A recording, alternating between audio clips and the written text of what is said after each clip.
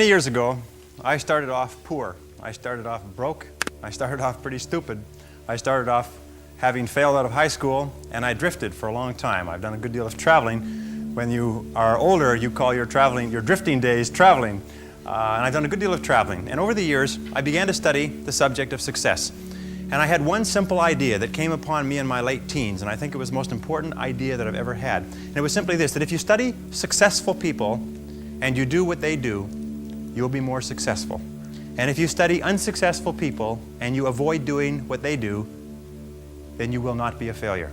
And then one of the things I've found that if you study success, you begin to internalize success principles. And if you practice proven success principles, and if you do what successful men and women have done throughout history, that you will be successful too. And it's such a remarkable discovery, but it has been worth a fortune to me. And what I want to talk to you about tonight is some of the principles that I've discovered in over 20 years of research. I serve as a consultant to over 200 corporations, and I have been a personal consultant to the presidents of $3 billion plus corporations. I have studied successful men and women. I have read biographies and autobiographies.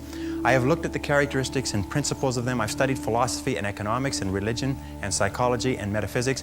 And I've come to 10 key qualities. Now there may be more and there may be less, but I find that each of these 10 qualities that successful men and women have starts with the letter C.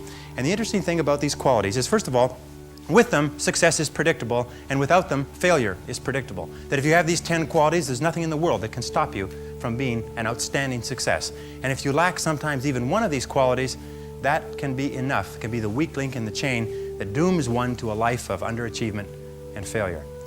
The second principle that I discovered with regard to these qualities is that they are all habit patterns of mind, and that nobody starts off with them, and that you can learn them, and that you can develop them with practice. And the third thing that I found is that if you will practice these principles until they become habits, until they become automatic for you, then nothing can stop you. So let's talk about these principles. They start with the letter C, each one of them. There's 10 principles. The first principle starts with the letter C. It says clarity. And clarity is the starting point of all success. It means clarity of thinking. It means thinking clearly, and it extends from thinking clearly to a series of other things. With regard to clarity, it means the ability to determine exactly what it is that you want to be, have, or do in life. And the more I study successful men and women, the more I find that every single one of them, the top 5%, are very clear about where it is they're going and what it is they want to accomplish. And when I look at unsuccessful men and women, or men and women who seem to be unhappy and floundering, I find that almost invariably they have a very, very limited sense of direction, sometimes no sense of direction at all. You see, we as human beings are goal-seeking organisms. We only function at our very best when we're working toward accomplishing something that is important to us. And in my estimation, 80 to 90% of all the unhappiness, hostility, violence, psychosomatic illness, alcoholism, drug addiction, and so on in our society is caused by people having no sense of direction. They don't know where they're going. As they say, if you don't know where you're going, any road will take you there. I remember the analogy, the fellow goes up to the edge of the woods and he sticks his rifle into the woods and he closes his eyes and goes blam, blam, blam, blam, blam. Puts his rifle down and turns to his friend and says, boy, I sure hope something good runs into that. Now, if you understand this principle is terribly important. You can be the most talented, the smartest, the best educated person with the most valuable contacts and all the advantages in life, but if you are not focused, it doesn't do you any good at all. I wrote in an article for the Wall Street Journal that if you do not have clear, specific goals for your life, you are doomed forever to work for people who do. And that seems to be the case. And yet only 5% of people have goals. So the key starting point with regard to clarity is to know where it is you're going and what it is you want to be and what it is you want to have and what it is you want to do. Because in America, in the most blessed society in all of human history, you can have anything in the world that you want if you could decide what it is that you want. The second key with regard to clarity is decisiveness. Be decisive. I have never met a successful person who was indecisive, and I have never met a failure who was decisive. Be decisive. Develop the characteristic and quality of decisiveness. We know that the reason why we are indecisive is because we're afraid of making a mistake. But the terrible thing is that the way that we think becomes a habit, and the habit of indecisiveness can condemn us to failure. We can be talented and intelligent and ambitious, but if we cannot make the hard decisions in our life, and if we cannot make decisions readily, then what happens is we always have to work for people who do make decisions readily. Now, the interesting thing about decisions is that about 80% of decisions should be made the first time they come up. 80% of decisions should be made the first time they come up. And if you make decisions every single time they come up, sooner or later you will develop the habit of decisiveness. You'll be very clear about what it is you want, and it's easy to make decisions if you know what it is you want to accomplish. One of the major reasons why people are indecisive, in my experience, is they have no idea what they want to accomplish. It's almost like they come to the crossroads, but they don't know which direction to go. 80% of all decisions should be made the first time they come up. And I read a management consultant's report on decisions. He said, the thing to do about decisions is to make a decision. And if that doesn't work, make another decision. And if that doesn't work, make another decision. And if that still doesn't work, you're probably in the wrong field anyway. But the interesting thing is that if you make a decision, you gather momentum. And the difference between successes and failures is not that successful people make right decisions. It is that successful people make their decisions right. In other words, once they have made a decision, they make it come out right. Anybody who's ever started a business knows that when you start a business, you start off with a whole bunch of ideas, which the market promptly tells you are completely wrong. And you probably lose your shirt or most of it.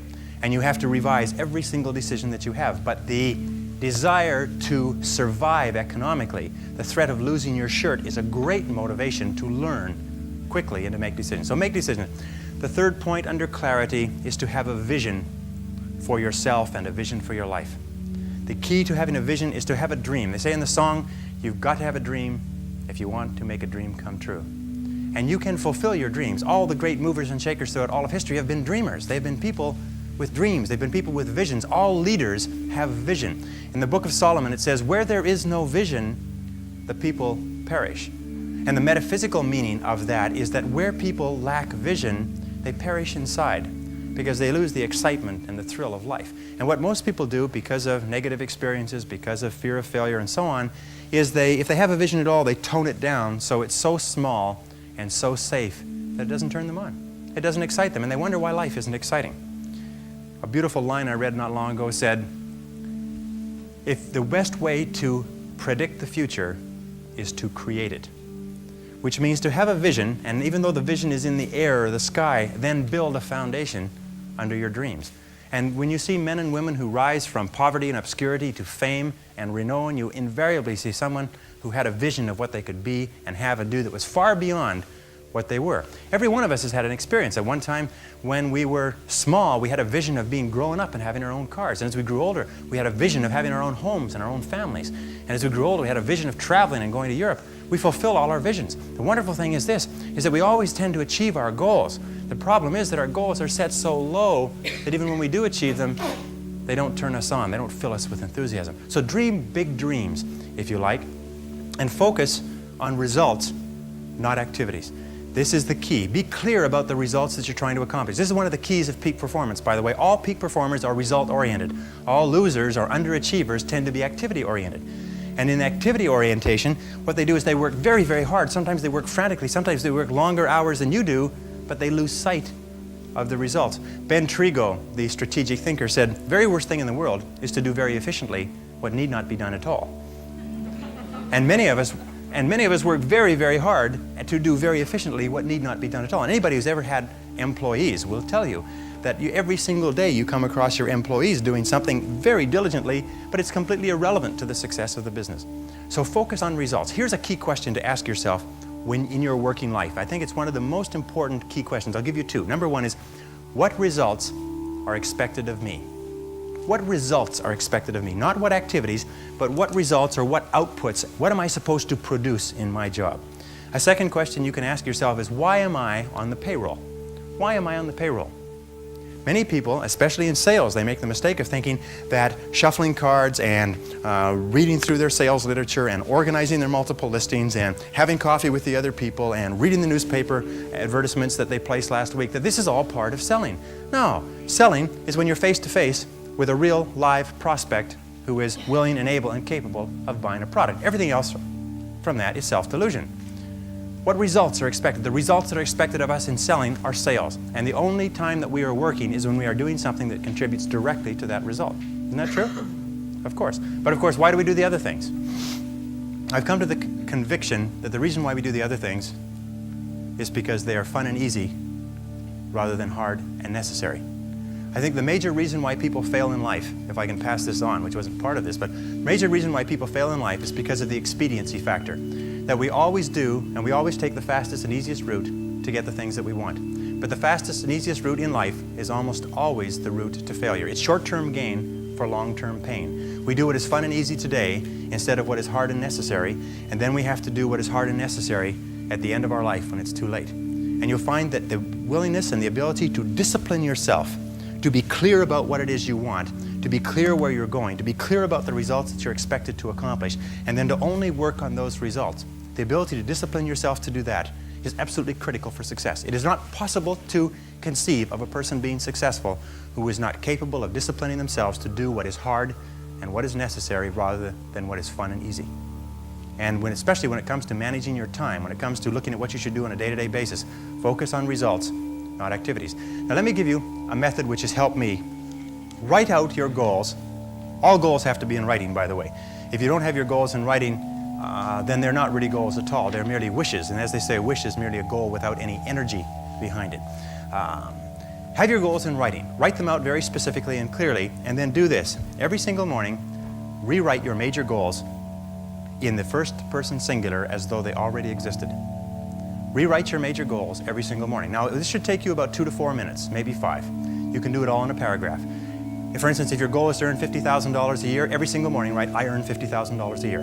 If your goal is to be excellent in real estate, say, I am an excellent salesperson in my field. If your goal is to weigh a certain number of pounds, if your goal is to enjoy a certain kind of life, write down your major goals in the first person singular as though they already existed today every single morning.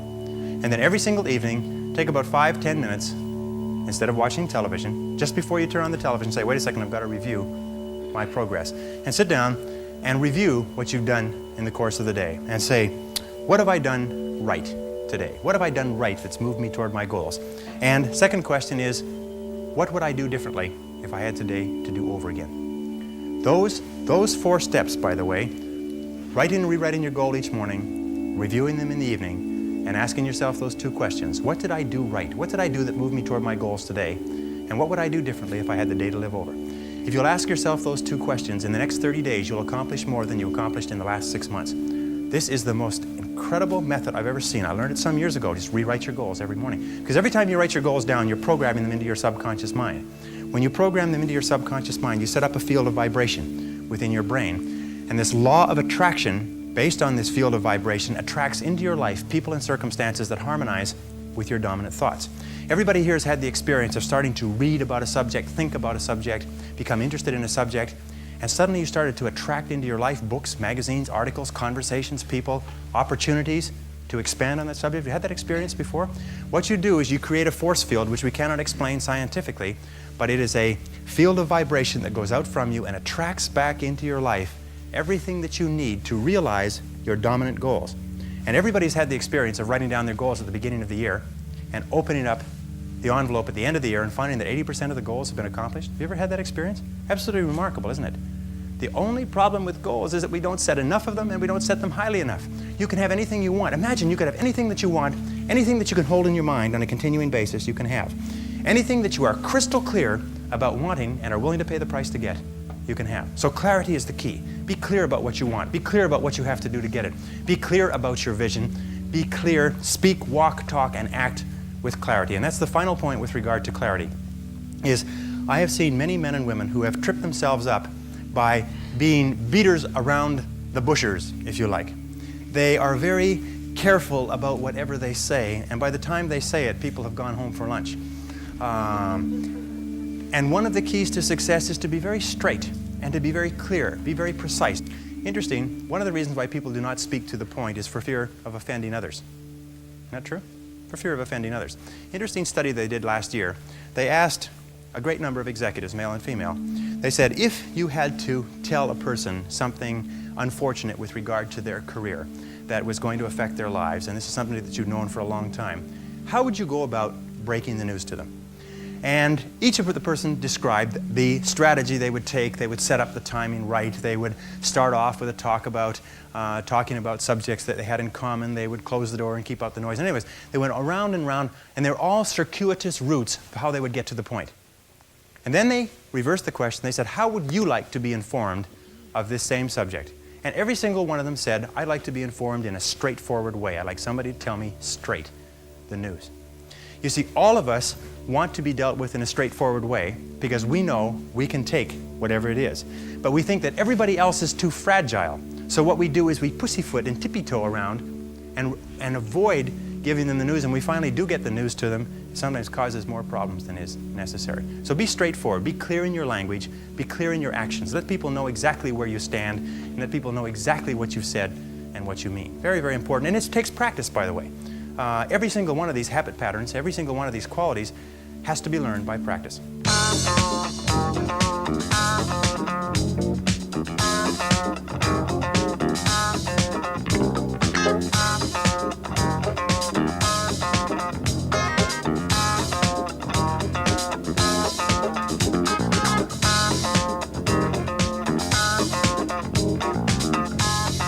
The second letter of the 10 is competence. And this is a discovery that I made a couple of years ago, and it just staggered me because I've been studying success for years. And then there's the book In Search of Excellence, and then there's The Pursuit of Excellence, and then there's Refinding Excellence and Losing Excellence, and all the excellence books. And I sat down and looked at this whole concept of excellence, and I saw something that I hadn't noticed. It's almost like something brought to the surface of your mind. I noticed that every single man or woman that I had studied who had achieved any kind of success in any field whatsoever had done it after they had made a commitment to becoming excellent in that field. And I began to look, and I began to compare, and I began to talk to people, and I speak to thousands of people virtually every month. I found that I never found a single person who was successful who was not excellent at what they did. That competence, the commitment to becoming excellent in your chosen field, is an indispensable prerequisite for success. That if you are not good at what you do, you haven't got a chance in our competitive society unless you win the lottery. That success is predictable. If you commit yourself to becoming excellent, it does a whole lot of other things within your mind, but if you commit yourself to becoming excellent, it changes everything about you. And only the top 5 or 10% are excellent. You've heard the rule, the 80-20 rule, the Pareto principle, that the top 20% of salespeople make 80% of the sales, that the bottom 80% of salespeople make 20% of the sales. Do you know what the difference is, the ratio is there? The ratio is the difference between 16 to 1. That the average income of the people in the top 20% is 16 times the average income of the people in the bottom 80%. Now let me ask you a question. Does it mean the people in the top 20% are 16 times better than the people in the bottom 80%? 16 times more experience? Do they work 16 times the number of hours? Do they have 16 times the number of years of education? Are they 16 times more handsome? Are they 16 times anything? You know that it's not humanly possible to be twice as smart as somebody else. Unless you're looking at very, very unintelligent people and very, very brilliant people. It's just really not humanly possible on average for us to even be twice as smart as anybody else. But 20% of these people are making 16 times the average of the rest. Prudential Insurance Company did a study some years ago, and they put the thousands of agents that they have throughout the United States into their computers and compared their income, and it came out the 80-20 rule worked. 20% of the salespeople were doing 80% of the business. Well, they had all the data on the computer, so they ran it through one more time. They said, what's the average income of the top 20% of the top 20%? Compared to the bottom 80%. Now, for those mathematicians among you, that works out to the top 4%. What was the average income? They found the top 4% were earning, on average, 32 times the average of the people in the bottom 80%. So they said, this is interesting, and they ran it through one more time. They found that the top 20% of the top 20% of the top 20%, which is the top 0.8%, that's good. Top 0.8% were earning, on average, 54 times the average of the people in the bottom 80%. What they found is that in every state and in every major city where they had an office with a large number of agents working out of it, there was one agent who was selling the same product at the same price to the same people with the same competition under the same circumstances, under the same set of difficulties in the economy, who was earning 50 times the amount of the average adult. That there were 50 agents in the office and one person was earning more than all of them put together. Isn't that amazing? And one of the things they found is that the key to this was that each one of these agents had made the commitment to become excellent early in their career. They didn't say, I'm going to go into this and I'm going to earn a living. They said, I'm going to go into this and I'm going to be the best. And they read every single book written by the top agents. And they went to every single seminar and they listened to every single tape. And they spent every single hour they could with other successful people learning what they needed to know to be successful. You must commit yourself to excellence. You must commit yourself to becoming the best. And the wonderful thing is that excellence is a journey.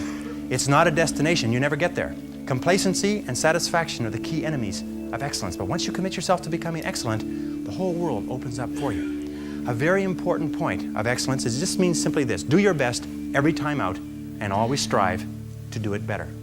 Do your best every time out and always strive to do it better. Remember, it's usually the last 5 or 10% of any job or project that makes all the difference. And what we do is we get to 90% done, and then we start to drag our heels. We start to put the paperwork aside. We start to think of excuses. We start to do what is fun and easy rather than what is hard and necessary. A second point with regard to excellence is this, is that if you are not excellent in your field, you don't go anywhere. You're locked in place. I had a young man come up to me at an employment seminar not long ago, and he said, "There's no opportunities in sales." He said, "I just got laid off." And I said, "Young man," I said, "if you were good in your field, you would not have been laid off, because good salespeople are the rarest people in our society." And he just said, "Well," I said, "have you ever studied sales?" He said, "Well, I don't need to study sales." I said, "Why not?" He says, "Well, I just do what comes naturally." I said, "I rest my case." Selling is an art. Selling today is a profession. Selling is a science. That in order to be good in selling, you have to study it and study it and study it. And you have to study it more than the person next door who's also determined to become excellent. Excellence yields opportunities, because when you become good, you open up. It's almost like the Red Sea of opportunity opens up in front of you. When you become excellent, you come to the attention of people, and people try to get you, and they give you more responsibilities and more opportunities. And you know, when you put on your business card that you're the top person in your particular field, people like to buy from the best salespeople in their fields. And by the way, you can tell how excellent you are at any time. Any time of your life, you can tell how excellent you are. Very simple measure. How many job offers have you had this month? Interesting question. How many job offers? How many people called you up and said, "I want to hire you away from where you are and I'll pay you more and give you a better deal"? Because excellent people get job offers every month. Some of them get job offers every single week. If you're not getting job offers, the market is telling you this is what they think of your level of competence. Very, very important. And if you're going to do anything at all, the only time you're going to get any joy out of it is if you do it well. You see, when we do something well, it gives us a feeling of self-esteem and pride. We feel like a winner. But if we do things in an average way, it doesn't give us anything. You notice that? It doesn't give us anything. We do it in an average way, it doesn't give us anything. But if we do it in a really exceptional way, it makes us feel wonderful about ourselves. That's why the companies that have committed to excellence are not hundreds of percent better in any given area. What they are is they are 1 or 2% better in 100 different areas. And that's the key. You see, you don't have to be a quantum leap different from somebody else. You just have to be a little tiny bit different in the critical areas that make a difference. And you can achieve that simply by making it a goal, setting it as a goal, and working on it. You can become anything that you want to become. The harder you work, the better you get. The harder you work, the better you get. You know, in our society today, there's a lot of controversy over why should I work so hard for my job. The fact of the matter is that less than 5% really succeed. That's less than 5% of the population really succeed at life. Of 100 people working today, only 1 will be wealthy when they retire. 4 will be financially independent. 15 will have some savings. 80% will be broke and dependent upon charities and pensions. Only 1 or 2% of people in each generation really makes it in life. And in every single study, those people who make it are those who work hard, hard, hard. And if you think that it's hard to be successful, try being a failure. Try coming to the end of the trail with no money, dependent upon pensions, and you don't know what hard is until you try living like that. But if you work hard, the average self-made millionaire in America works 12 to 13 hours a day, works about 60 to 65 hours a week. I'll tell you this with regard to hard work, that in our society, you only work 8 hours a day for survival. Everything over 8 hours is for success. And if you're only working 8 hours a day, you're in trouble. If you're only working 8 hours a day, you better have a rich uncle, or you better have somebody else who's going to take care of you, because 8 hours a day only gets you survival in our society. Because it's so competitive that somebody else is working 9, they've got an edge on you. Somebody else is working 10, they've got a bigger edge on you. Every hour over 8 that you invest is an investment in your future, is an investment in your success. And if you put in the hours over 8, whether it's studying or reading or working, if you put in the hours, it will pay off, and it will pay off in spades. It's like throwing seed in the ground. When you throw a seed in the ground, the plant that comes up is not just one seed, it's hundreds of seeds. There's a crop that you put in, but you must put the seed in the ground first. The market only pays excellent rewards for excellent performance. It pays average rewards for average performance. It pays below average rewards for below average performance. And I talk to men and women all over America who are unhappy, and they're sad, and they don't like their work. And you know why? It's because they're not good at what they're doing. And let me give you a couple of key points. First of all, you'll never have a feeling of self-esteem and self-worth. You'll never feel wonderful about yourself until you know that you are good at what you're doing. Number 2 is if you do not love your work enough to want to be the best at it, get out of it the way you would get out of a burning house. Do not stay at a job that you do not love, because it is the high road to failure, dissatisfaction, frustration, and unhappiness in life.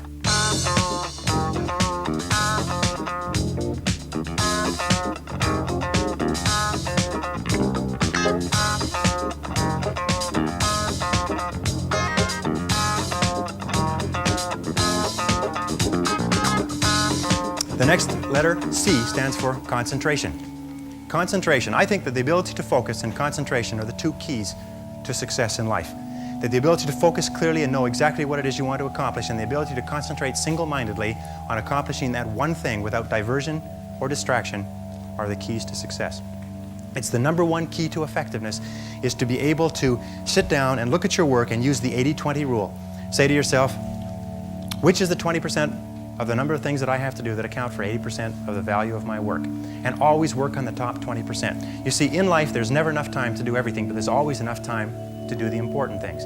Instead of doing what is fun and easy, which is what most people do, you know what they do? They make a list of everything they have to do, and then they start at the bottom of the list and they work on the irrelevant things. At the end of the day, they haven't got anything done. Successful people, peak performers, concentrate on the top items. And remember, anything other than working on the top items on your list is a waste of your time. And time management is not just time management is life management. You can do anything you want with your life if you'll manage your time properly. We all have the same 24 hours a day, and the ability to concentrate, to discipline yourself, to use willpower and perseverance to concentrate on one thing at a time is a quality of all success. Nothing great has ever been accomplished without the ability to concentrate single-mindedly on one thing at a time. Always concentrate on the best use of your time. Here is my favorite time management question, which I give to you for free.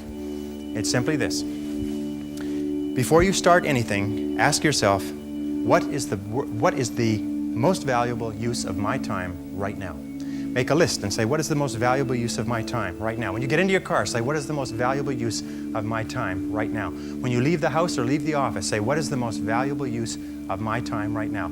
Ask yourself that question over and over and over again. Repeat it and repeat it and repeat it until it's driven into the subconscious mind as a command.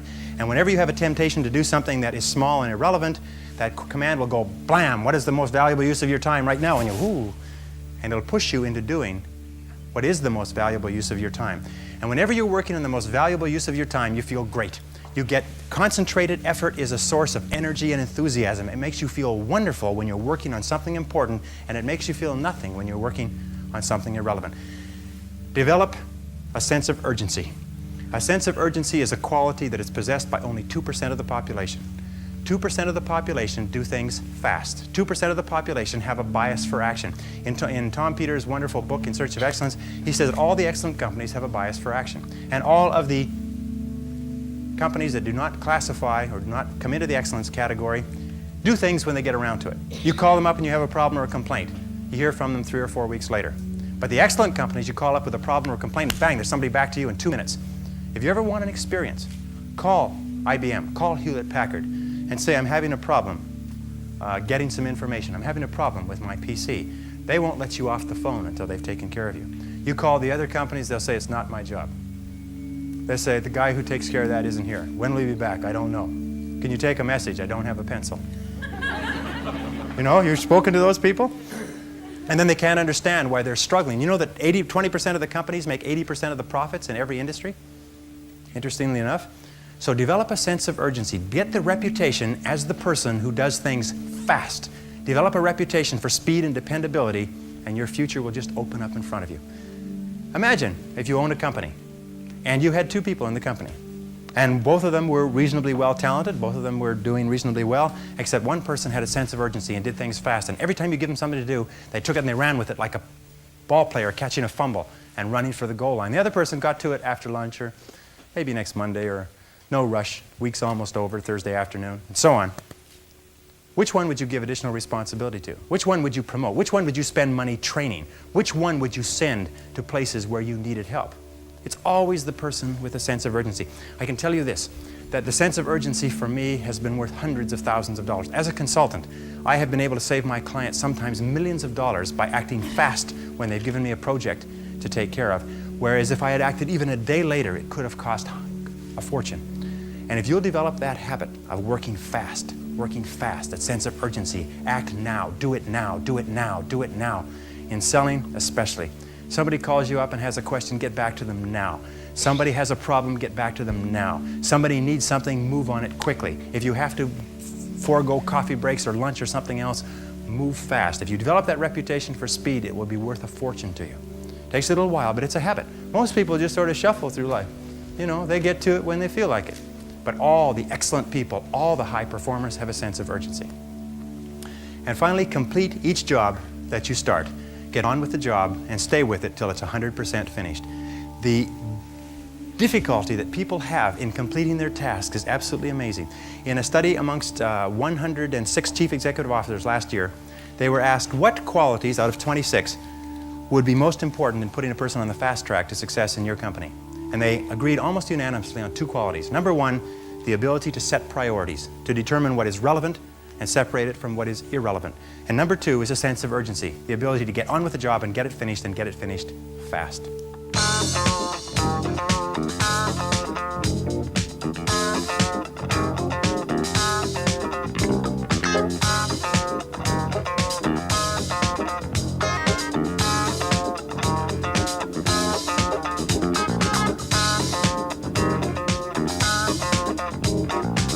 The next C is common sense. Common sense, according to the Gallup organization that just did a wonderful book called The Great American Success Story, they surveyed 1,500 people in Marquis' Who's Who in America, 1,500 of the most respected men and women in America, and they asked them, what do you consider to be the most important single quality of success? And they agreed almost unanimously on common sense. Just common sense. Good common sense. As my friend Charlie Jarvis says, the average person has an enormous amount of common sense because they haven't used any of it yet. You can train your mind to have common sense. You can train your mind to think things through before acting. In my experience, action without thinking is the cause of every failure. Action without thinking is the cause of every failure. And common sense comes from taking the time to think things through before you act. Listen to your intuition. Your intuition is one of the best guides that you possibly have. You know from some of the other work that we've done is that each person has inside them an intuitive sense which will always give you the exact right answer for you. They've done some studies between men and women. When they test women's intuition, you've heard of women's intuition, everybody's heard of women's intuition, they find that when you give men and women tests and they're asked to answer on the basis of their intuition, men's intuition is equally as accurate as women's intuition. The only difference is that in real life, women have the intelligence to listen to their intuition, which is why they're smarter than men. And men do not listen to their intuition. Instead, they override their intuition because they're trying to get something they want the fastest and easiest way, even if their gut feeling says don't do it. Has anybody here ever gone against their intuition and had it work out? No. Your intuition will always give you the most accurate answer for you. It's almost like an inbuilt computer that will take all of your life experience and knowledge and everything going on around you and give you exactly the right answer. So listen to your intuition. Learn from your setbacks. This is one of the characteristics of high-performing men and women, is that every single time they have a problem or a difficulty, they sit back and they dissect it and they learn everything possible from it. They try to develop general principles. From each setback, they say, what is the valuable lesson I can learn? So you take a look at everything that has happened to you, take a look at the very most difficult experience that you're in right now, and ask yourself, what is the most valuable lesson I can learn from this experience? And believe me, if you look for the lesson, in the Bible it says, seek and ye shall find. It doesn't say seek and occasionally you might find something. It says seek and ye shall find. If you look for the valuable lesson or the seed of an equal or greater advantage or benefit in every difficulty, you will find it. It's always there. And I love the line from Socrates that says, the unexamined life is not worth living. Which means that the life where you do not take the time to reflect on your experiences. Aristotle said that wisdom is an equal measure of experience plus reflection. And the reason so few people have wisdom is what they have is experience, but they never take the time to sit back and reflect on what's happening to them, reflect on what they're learning.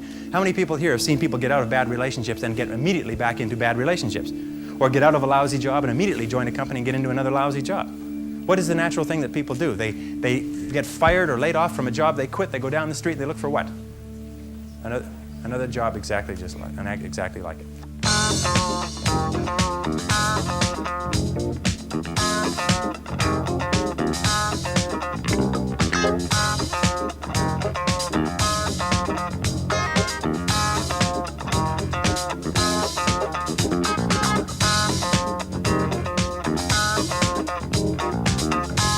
Number 5, C, is creativity. Tap your creative potential. Accept the fact that every single human being is a genius, and all successful men and women are creative. They're creative in that they respond to their world differently. They ask questions. They're flexible. They're curious. You know what? The hallmark of creativity is curiosity. The hallmark of ignorance and stupidity is the cessation or stopping from asking questions. And I've worked with some of the brightest men and women in this nation, and I find that the smartest people of all, the ones that have the greatest education and the most experience, are the ones who ask the most questions. They ask questions almost as if they were children, but they never stop asking questions. They're very open and flexible, and they have the ability, once they learn a new piece of information, to drop what they're doing if the new information contradicts it and do something else. Do you know what most people do? Most people keep on doing what they're doing until they run into a wall. As they say, the more you do of what you're doing, the more you'll get of what you've got. Someone pointed out to me not long ago, and I think it's very true, is that all changes in our life come with the input of new information. That if we do not have new information, we keep on doing the same thing forever as the result of inertia. And creative people are always looking for faster, better, easier, cheaper, newer ways to do things. Remember, 80% of everything that we are doing today in our general business will be different 5 years from now. 80% of the products that we use, the food that we eat, the cars we drive, the music we listen to, the movies we go to, even the streets we drive on, 80% of everything will be new in 5 years. That's how rapidly things are changing. According to the research, all you need is an idea that's 10% new to start a fortune. An idea that's 10% new. As a matter of fact, an idea that's more than 10% new is probably too new for the average consumer to accept it. An idea that's 10% new. Interesting point. The single greatest source of self-made millionaires in America. Do you know what industry it is? Can you guess? You wouldn't believe it. Dry cleaning. Dry cleaning shops is the greatest single source, one industry that's contributed more self-made millionaires than any other industry. Dry cleaning shops. Now the key to this, if you want to become wealthy, if you want to be, I'm going to tell you something, that if you want to be wealthy in life, if you wish to become very wealthy, if you wish to become even a millionaire, you can do it if you're willing to pay the price. But most people become millionaires by offering a good or service that people use all the time, and they offer it just a little bit better. They do it just a little bit faster. They put a little bit more grace or finesse into what they're doing. They handle it, they wrap it, they are more polite. The restaurant that has people coming back to it may have food that's only 5% different, but it's the way the people handle it that's so different. You can do anything you want in life. All you have to do is find an idea that's 10% new. And you'll find it if you flood your mind, read magazines, read books, ask questions, ask why people are doing things the way they're doing. I was talking to a man not long ago who made $1 million in Chicago, and he made it laying bricks. And he never laid bricks in his life. But he went to a union bricklaying job, a large building downtown, and he asked them why they were laying bricks like that and why half the men were sitting around. They said, well, that's the way we always lay bricks. He said, well, how come all the men are sitting around? They said, well, because they have to lay the corners first and then the men fill the bricks in between. He said, why can't they lay the corners and the walls at the same time? They said, we just don't do it that way. So he sat down, knew nothing about construction. He sat down, he came up with a system that enables you to build the center of the wall and the corners simultaneously. And then he bid on construction jobs. And he could bid 40% under any company using the old method. And within a year, he'd made over $1 million in construction. He had half the construction in Chicago a few years ago. And he didn't know anything about it. Look for ideas. Keep your mind open and flexible. Ask questions. Remember, one new idea is all you need to start a fortune. And within every single person here, you have 4 ideas, an average of 4 ideas per year driving to and from work, any one of which will make you a fortune. Any one of which will make you wealthy. How many times, I can prove it to you. Want me to prove it to you? How many times have you been going about your daily business and you see the need for a product or service? And you say, now I wonder why somebody doesn't produce that. And about 2 or 3 years, then you say, well, it can't be any good. I thought of it after all. Like Groucho Marx, when he resigned from a club once, he said, I wouldn't be a member of a club that would have, I wouldn't stay in a club that would have me for a member. Have people like me for a member. So we get those ideas and we say, well, it can't be any good because I thought of it. And then 2 or 3 years later, a company comes out with that idea, or some company comes and makes $1 million at it, and you say, I thought of that idea 2 or 3 years ago. Every single person here has had that experience. What you have to do is trust your ideas. Trust your ideas. If you decide that you're going to earn a certain amount of money, that you're going to achieve a certain level of wealth, that you're going to achieve a certain life estate, and you program that into your subconscious mind, and you then turn it over to your intuition, you will get the ideas, the insights, the inspirations necessary to achieve your goals.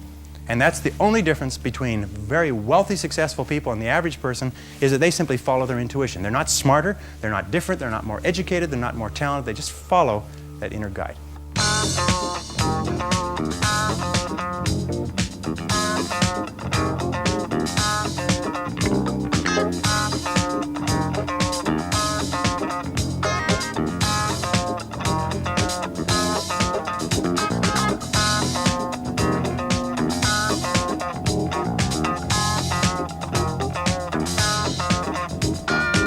Next is consideration. Consideration is based on the fact that the quality of your relationships with other people more than anything else will determine your success in life. How well you get along with other human beings, your quality of interaction will determine your happiness, your success, your achievements, your wealth, and anything else. Charles Schwab, the founder of U.S. Steel, said that I will pay more for the ability to get along with others than for any other skill in America. And that's very, very true. Develop the people skills that you need to be successful. Take courses in communications. Take courses in effective listening. Take courses in public speaking. You know, one of the most important parts of communicating and getting along well with others is the size of your vocabulary. You've probably heard that before. The size of your vocabulary, your ability to express yourself orally, your ability to stand on your feet, your ability to write effectively and get your point across to others will have a tremendous impact on your life, because you cannot imagine a successful person who cannot communicate effectively with other people.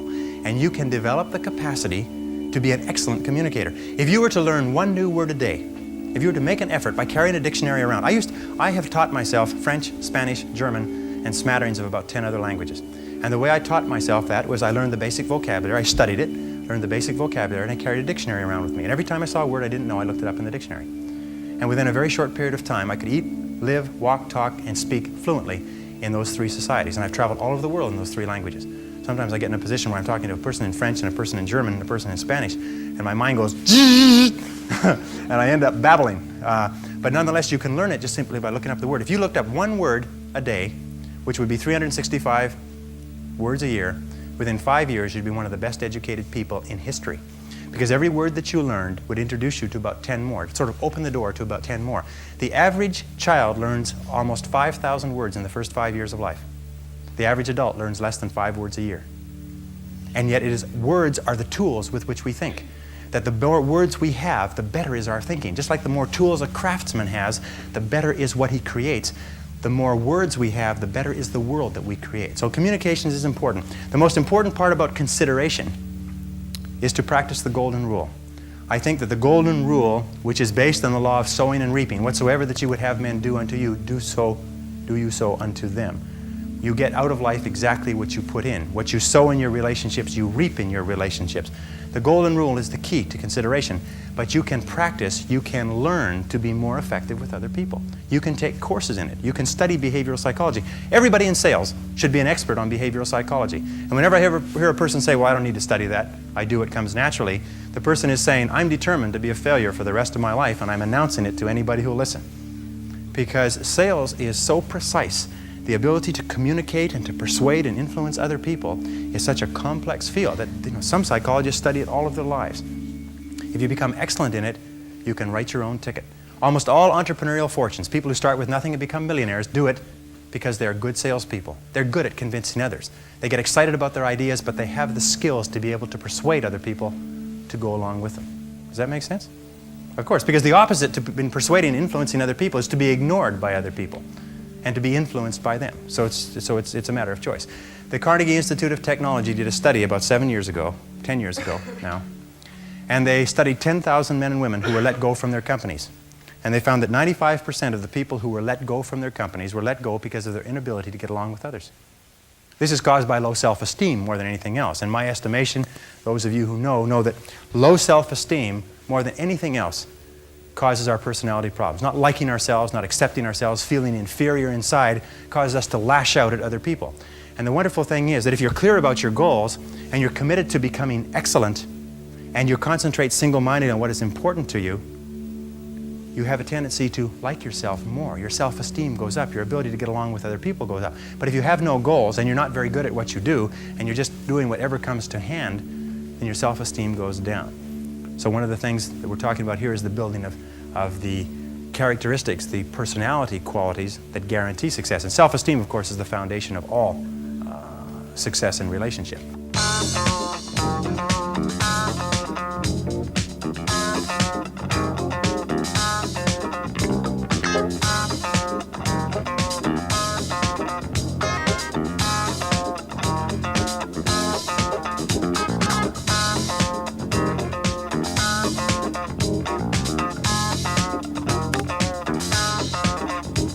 Well, the seventh C is consistency. Consistency is absolutely critical. You can have all of the others, but if you're inconsistent, it's going to really hurt you. Consistency means that dependable, steady, predictable work is always vastly superior to spurts or flashes of brilliance and genius.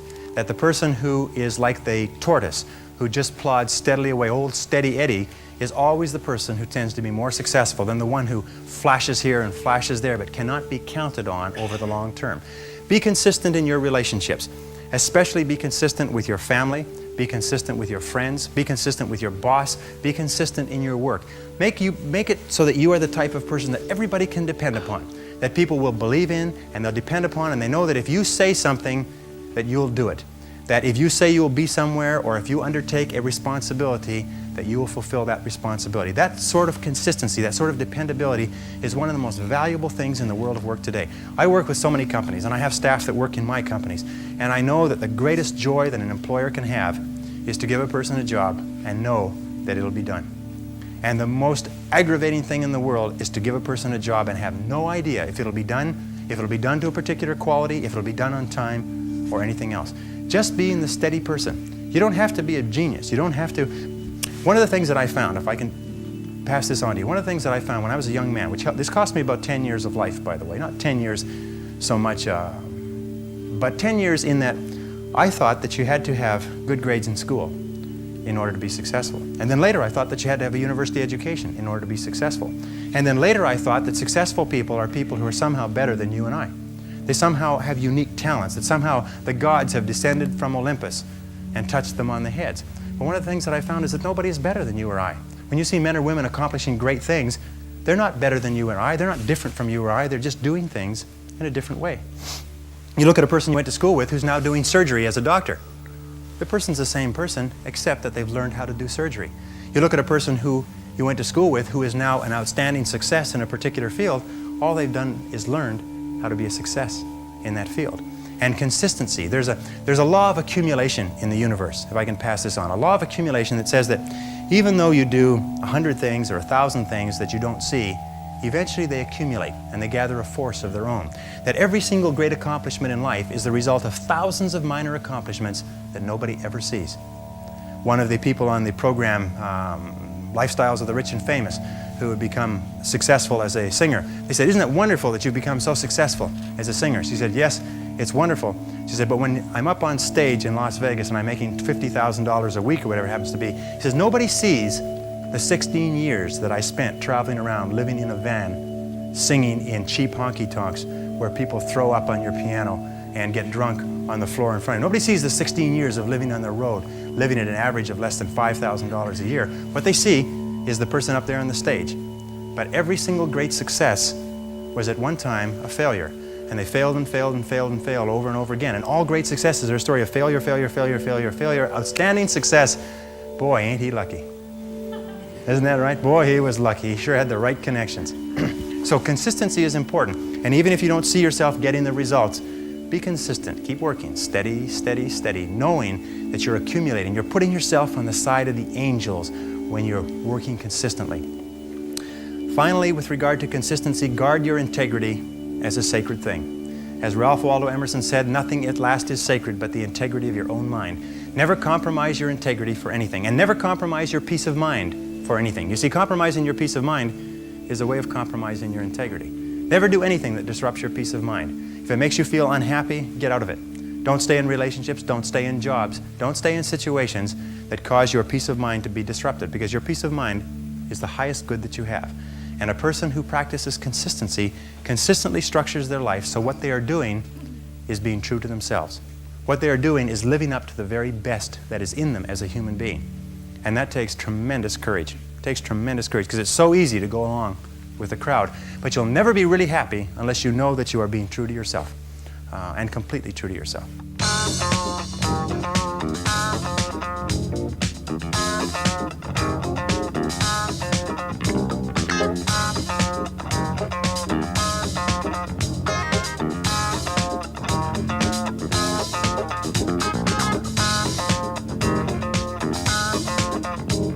The next C is commitment. I have found that the ability or the willingness to make a complete commitment to a job a commitment to a relationship, a commitment to a profession. To make a commitment is one of the hardest things that human beings do. That very few people make commitments. That most people in this room, I hate to say it, most people in this room are not totally committed to their work. Oh yeah, they're doing it, they're in it, they're doing a reasonably good job. Nobody's fired them yet, right? But they're not committed. Their whole heart isn't into it. And yet no success is possible without commitment. Who is it that Emerson said that every great achievement is the triumph of enthusiasm? That the ability to commit yourself enthusiastically, wholeheartedly, 100% to what you want to do is the starting point of all achievement? That if you cannot commit yourself wholeheartedly, it probably means that it's not right for you? And that all of us in life seek for something that we can commit ourselves to. Alan Cox, in his book, The Achievers, which came out last year, found that the executives in the corporations that he studied who achieved the very most in the shortest period of time had found the proper niche for themselves and had lost themselves in their work. Dr. Shirley Blotnick's study of self-made millionaires, 83 out of 1,500 people became self-made millionaires over 20 years. He found that the one quality that they all had in common was that they picked work that they loved, they specialized in that work, they became very good in it, and they eventually became paid very well for it, and then they held on to the money. I throw that last one in because I know a lot of you can relate to that. They held on to the money. They didn't gamble or speculate. They were very conservative with their money. They got paid more and more, and they held on to it. One of them started off cleaning toilets on the night shift for an airline. And today he's the president of the airline and makes $1,950,000 a year. He's been with the airline for 35 years, but it's not difficult to become a millionaire when you're making $1,950,000 a year. Even with taxes, you can still do pretty well. He found that the quality that separated these people from the ones who struggled for 20 years and weren't much further ahead than when they started was that they became totally absorbed in their work. Totally committed to their work. They lost themselves in their work, and when they lifted up their head about the age of 43, 44, their accountant told them, by the way, you're worth over $1 million now. Did you know that? Most of them became wealthy without even knowing it. And so it's important that you find the work that you can commit yourself to. It's important that you find the relationship you can commit yourself to. And if you are an employer and you have people working for you who are not committed to their work, these people are like rotten apples in a barrel. I have found that people who are not committed to their jobs are people who will always cause trouble within an organization. And that people who are committed, you don't have to be the most talented, and you don't have to be the best looking, you don't have to be the best educated, but if you're committed to your work, you'll do more than all the people with all of those blessings. So commitment is important. Commit yourself to your boss, commit yourself to your job, commit yourself to your relationships, commit yourself to your company. Loyalty is one of the most valued single qualities in work. And Peter Drucker says that more executives fail in life because of lack of loyalty to their companies, to their boss, than for any other reason. And why is lack of loyalty? Lack of loyalty is just the expression of lack of commitment to that organization.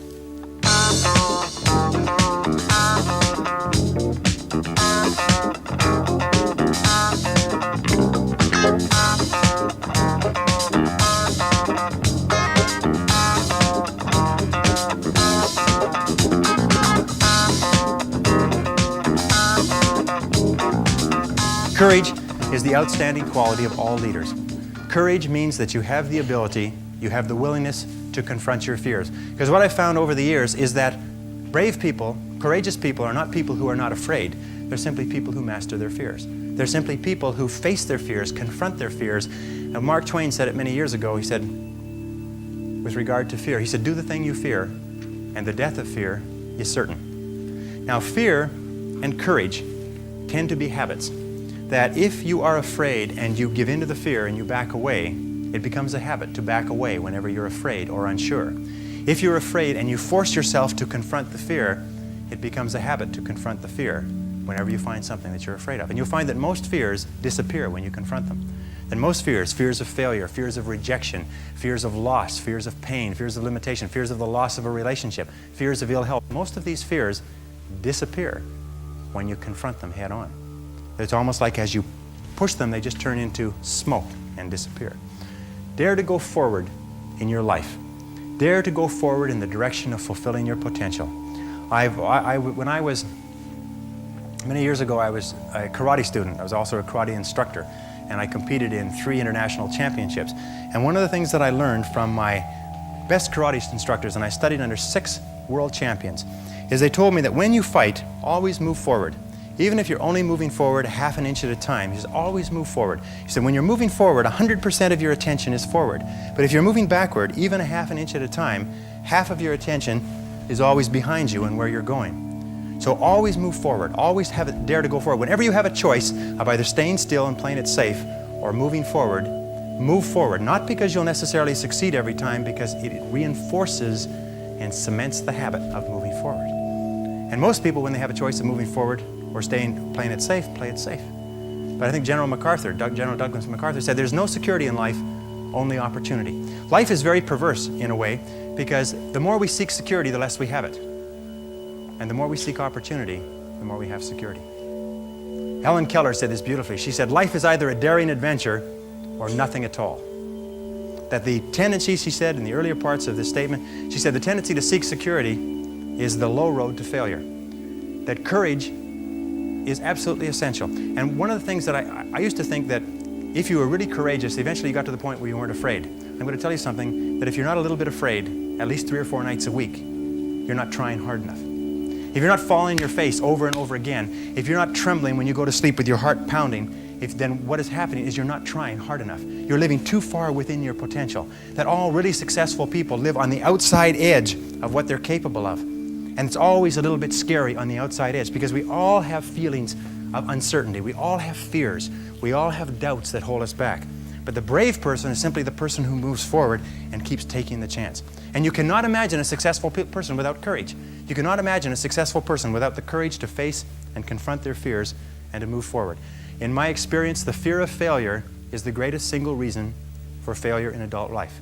The fear of failure, the fear of making a mistake, of losing our money, our time, our effort, is what paralyzes us and holds us back.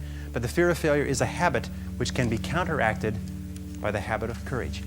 And if we don't overcome that fear of failure, then we'll just be like the 80-90% that do not fulfill their potential. See, the wonderful thing is only a few percentage of people fulfill their potential in any generation. And we can join those people simply by deciding to do so and doing what the other people do. It's as simple as that. If we decide to become an engineer, what do you study? You study engineering. If you want to become a better cook, what do? You study cooking. Do you try to do it all by yourself? No, you get cookbooks, you take classes, and so on and so forth. If you want to be successful, if you want to fulfill your potential, study the men and women who are fulfilling their potential and just do what they do. And finally, with regard to courage, the great expression of courage is to persist in the face of adversity. To persist when things really get rough. To be able to pick yourself up and pick yourself up over and over again. And believe me, if you decide to go for the goal in your life, you're going to get knocked down over and over and over and over again. Every single week you're going to have heartaches and disappointments and frustrations and setbacks and obstacles. But without those obstacles, no success is possible. You see, the only way we can be successful is if we develop momentum. And we cannot develop the momentum unless we are struggling with obstacles. And struggle with adversity goes hand in hand with all great success. What most people do is they back away from adversity. But if you want to see if you're a brave person, what they call the 4 o'clock in the morning courage, wait when things go completely to pieces, when things are the worst, when your very best deal falls apart and your rent is late and you're tired and you're sick and everybody is mad at you and your car doesn't work, then it's the person that picks themselves up and says, nothing is going to stop me. You know, the best quality in the world that you can develop, and I give it to you because I made it my life's habit to develop this quality. I hope I've got it, but I don't know for sure. But the quality is to develop the quality of being unstoppable. Develop the quality of being unstoppable. Say in yourself that no matter what life throws at me, it'll never stop me. No matter how rough it gets, I will never quit. And nothing will ever stop me. Make the decision that you can be tired, you can be worn out, but nothing is ever going to stop you. That's a wonderful decision, because then no matter what life throws at you, you pick yourself up and you say, okay, give it your best shot, as Fonzie says. Nothing is going to stop you. It's a wonderful feeling. It's a wonderful feeling. It's the basis of self-esteem.